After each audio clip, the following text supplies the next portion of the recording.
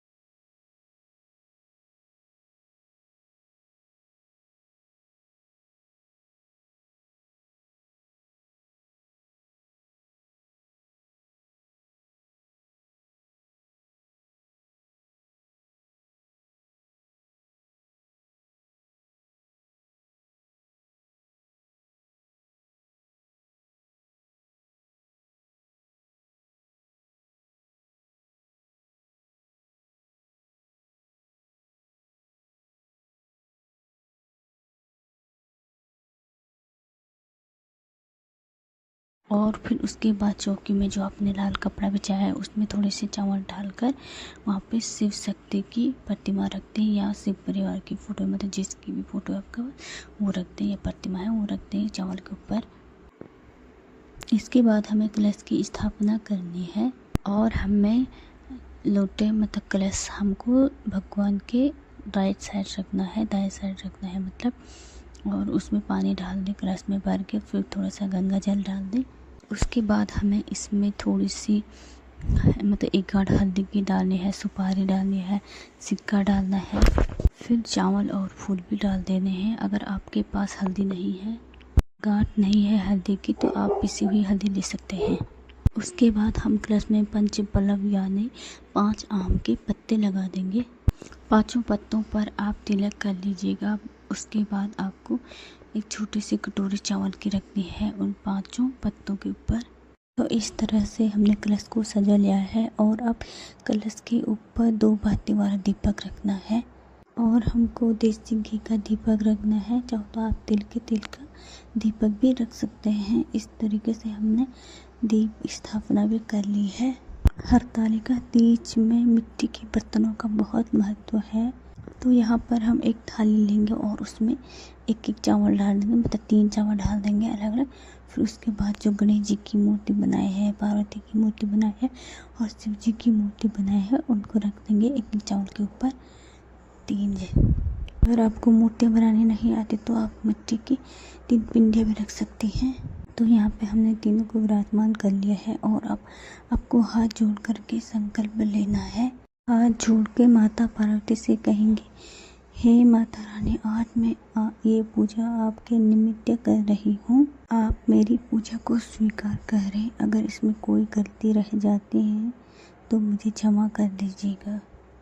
ऐसा कहने के बाद आप अपनी पूजा प्रारंभ करें। पहले आपको पानी के छींटे लगाने हैं, कर लेंगे। उसके बाद हम जलाभिषेक करेंगे। उसके बाद गाय का कच्चा दूध या पंचामृत से स्नान करवाएं। फिर जल से स्नान करवा देंगे, यानी 3 बार स्नान करवाना है। अब इसके बाद वस्त्र के रूप में कलावा मतलब वहाँ पर रख दीजिए, चढ़ा दीजिए और फोटो या मूर्ति पर आप चुनरी अर्पित कर दीजिए। उसके बाद गणेश जी को वस्त्र के रूप में मौली पहनाएंगे। जनेऊ पहनाएंगे। उसके बाद शिव शंकर जी को भी मौली और जनेऊ पहनाएंगे और माता रानी को चुनरी चढ़ाएंगे। अगर आपके पास चुनरी नहीं है तो आप कोई भी पीला या लाल कपड़ा ओढ़ सकते हैं, पर नया होना चाहिए। उसके बाद वस्त्र समर्पित करने के बाद तिलक लगाएंगे। भगवान शंकर को केवल चंदन का तिलक लगाना है और बाकी सबको चंदन और रोली से तिलक लगाएंगे। उसके बाद तिलक पर चावल समर्पित करने हैं। उसके बाद आप जो भी भगवान शंकर को प्रिय चीज़ें हैं वो चढ़ा दें। बेल, धतूरा, भांग, बेलपत्र आपको ज़रूर से चढ़ाना है, भले ज़्यादा ना मिले पर एक बेलपत्र आपको ज़रूर चढ़ाना है। उसके बाद आपको जो भी शिव शंकर की प्रिय चीज़ें उनको चढ़ा दीजिएगा और जो भी फूल मिले पीले, लाल या गुलाब के जो भी आप उनको चढ़ा दीजिएगा। हरतालिका तीज व्रत की पूजा सुहाग के लिए की जाती है, तो इस दिन माता पार्वती के लिए सुहाग का सामान जरूर से चढ़ाएं, भले कम 1-2 चढ़ाएं पर जरूर चढ़ाएं उनको। प्रसाद के रूप में आप भीगे हुए चने चढ़ा दीजिएगा। आप अगले दिन भीगे हुए चने रख सकते हैं, बाद में हम पारण भी इसी भीगे हुए चने से करेंगे।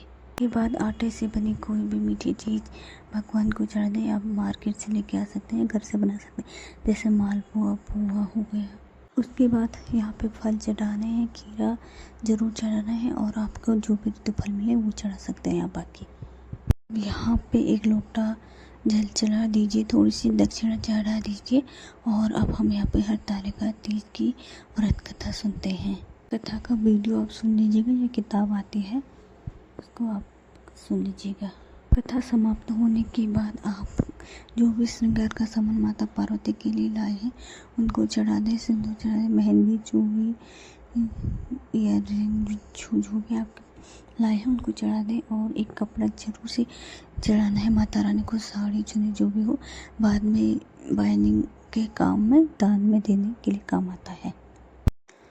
उसके बाद श्रृंगार का सामान चढ़ाने के बाद हमको आरती करनी है।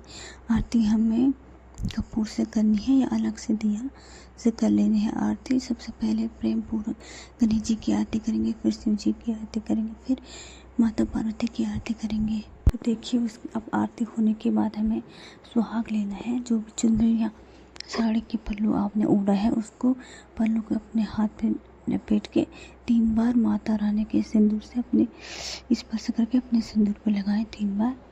मतलब आप 3 बार भी ले सकते हैं, 5 बार भी ले सकते हैं, 7 बार भी ले सकते हैं। उसके बाद हम हाथ में थोड़ी सी जल लेंगे और 2 बार पूरे वार देंगे और इस तरह से हमारी पूजा पूर्ण हो जाती है।